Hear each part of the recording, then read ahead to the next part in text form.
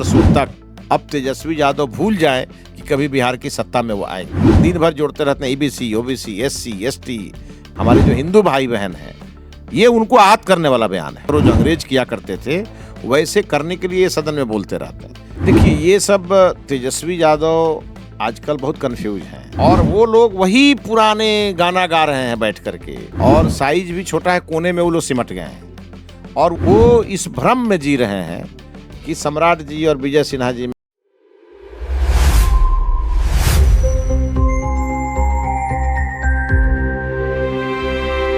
देखिए, बजट सत्र में सबसे अधिक क्वेश्चन करने वाले विधायक हमारे साथ हैं। मिथिलेश तिवारी जी हमारे साथ हैं। मिथिलेश जी, देखा जाता है जो विपक्ष के जो विधायक होते हैं वो अधिक क्वेश्चन वो पूछने के लिए ये कहा जाता है कि भाई सरकार से आप क्वेश्चन पूछिए, लेकिन सरकार में है और सरकार से क्वेश्चन पूछना ये मतलब ठीक है, एक अच्छा परफॉर्मेंस है, लेकिन इसके लिए इसका क्या मैसेज है?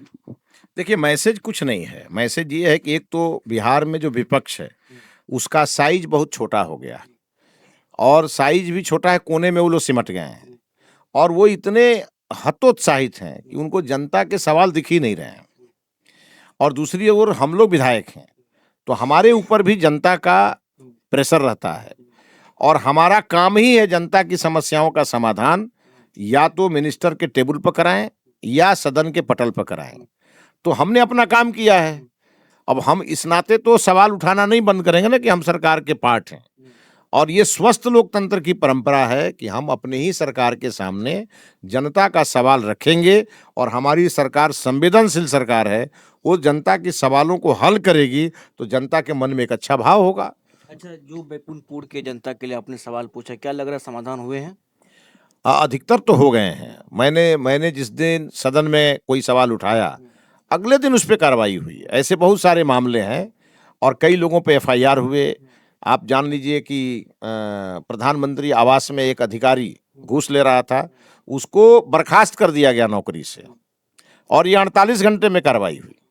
तो सदन में कोई भी विषय जब कोई माननीय विधायक रखते हैं तो सरकार उसे बहुत गंभीरता से लेती है। अच्छा मिथिलेश जी, संगठन के कई काम आप भी देखे हैं, बहुत लंबे समय से आपको हम जान रहे हैं। देखिए, बीजेपी कहीं न कहीं छोटे भाई के रूप में थी, मतलब जब सरकार चल रहा था तो नीतीश कुमार आ गए थे और सुशील मोदी जी डिप्टी सीएम थे, उसके बाद सम्राट जी बने, तारकिशोर जी बने उससे पहले। लेकिन अब बीजेपी जो है, बीजेपी का मुख्यमंत्री है, लेकिन सवाल बहुत है, सवाल विपक्ष के लोग भी उठा रहे हैं।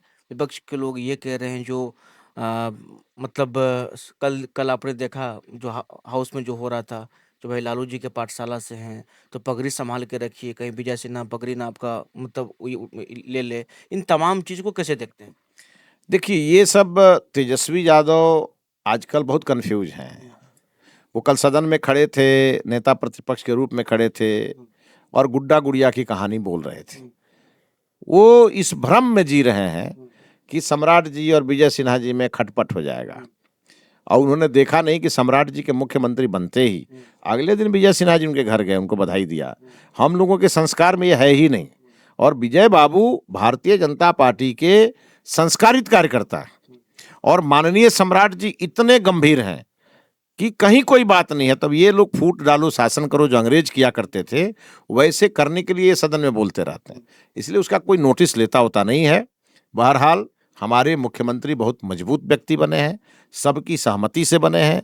एनडीए के सभी विधायकों ने उन्हें चुना है और हम सब लोग मिलकर बिहार के लिए काम करेंगे और अगले 20 वर्षों तक अब तेजस्वी यादव भूल जाए कि कभी बिहार की सत्ता में वो आएंगे। अच्छा, एक समय देखा गया था जब नीतीश कुमार ने कहा था जो हम अब बिहार का छोड़ कर के हम अब दिल्ली जाएँगे, बिहार की सत्ता को छोड़ेंगे।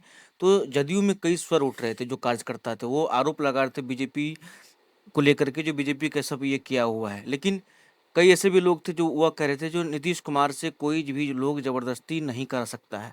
लेकिन ऐसे में सम्राट चौधरी के हाथ में अब दायित्व है, तो क्या लग रहा है जो आने वाले समय में जो चुनाव होंगे 30 में, तब तक एक रोड मैप बन चुका होगा और जितना आप देख रहे हैं सीट अभी जो सीट है, उससे अधिक आएगा या फिर उसका कहीं न कहीं खामियाजा भुगतना पड़ेगा या नीतीश कुमार हट गए हैं तो उसका क्योंकि नारा था 25 से 30 फिर से नीतीश, इसे कैसे मैनेज करेंगे आप?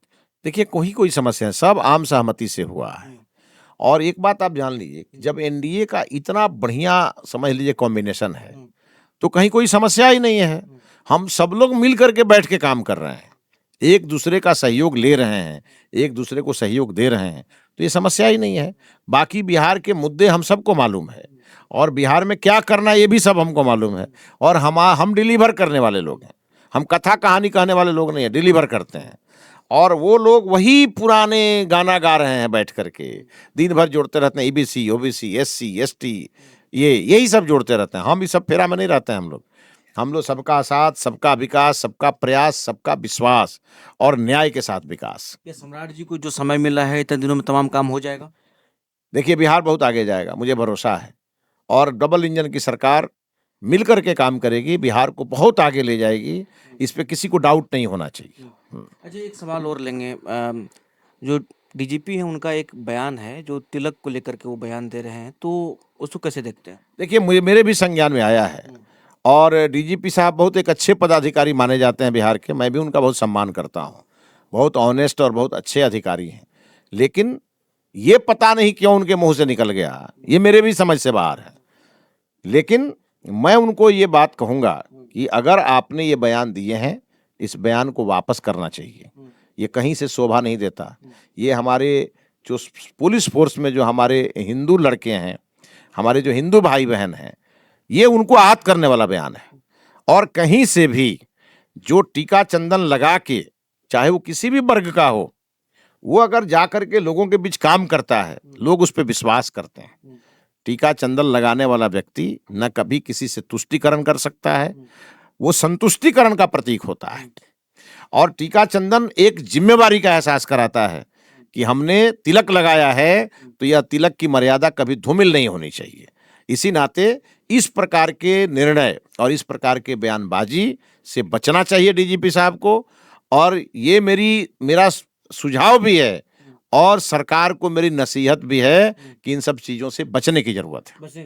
बिल्कुल नई सरकार है, सरकार को इस सब विवाद में डालने की जरूरत भी नहीं है।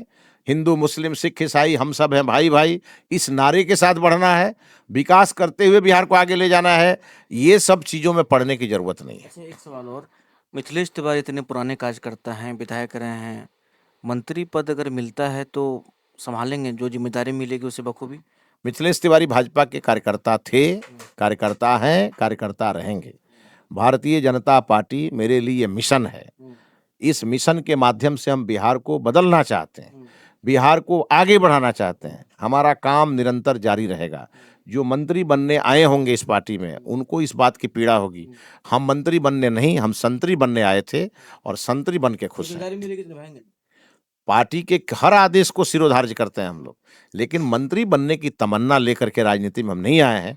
संतरी बनकर के काम करने के लिए जरूर आए हैं और करते रहेंगे। चलिए, तो हमारे साथ बैकुंठपुर से विधायक मिथिलेश तिवारी थे, बात कर रहे थे तमाम मुद्दों पर। इनसे बातचीत की, क्या कुछ कहा आपने भी सुना। सही को सोनू के साथ Anshuja news Bihar, Patna.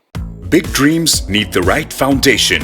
At Vidya Vihar Residential School, holistic education goes beyond classrooms. World-class facilities, caring houses, nutritious food, advanced labs, vast playgrounds, and inspiring mentors come together to nurture every child. Here, learning is balanced, values are lived, and every student truly belongs. Vidya Vihar Residential School, where learning transforms futures.